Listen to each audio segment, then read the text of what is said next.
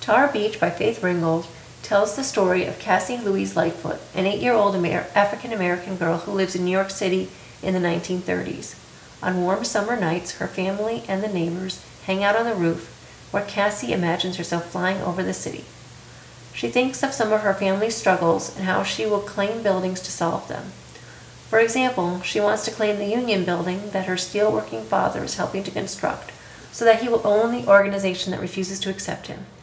The book has a wistful tone as Cassie makes other wishes, passes over other buildings, and encourages the reader to fly.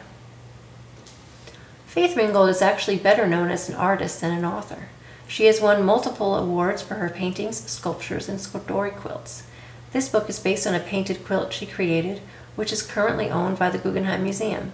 The original quilt is pictured on the cover and is shown at the end of the book. All of the other images are paintings by Ringgold.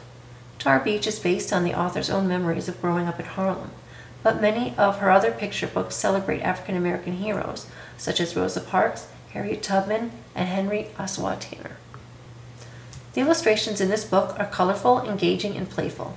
The book won both a Caldecott Honor Award and a Coretta Scott King Award.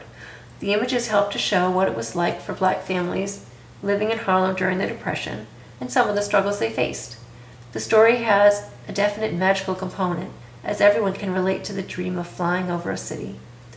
Adding to the magic is Ringgold's poetic language. For example, the story begins, "I will always remember when the stars fell down around me and lifted me up above the George Washington Bridge." The theme of wishing for a better life is universal, but this book adds some specific historical details for students to learn about, especially since discrimination in the North is not often covered in history books.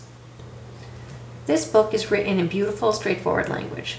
As a result, when the author mentions unions, or that her father is referred to as a half-breed Indian, there's not much explanation for students who don't know what these words mean.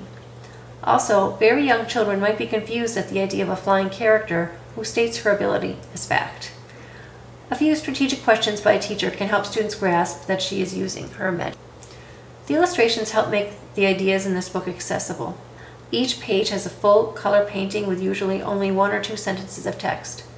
The images represent both the facts of Cassie's situation and her vivid imagination.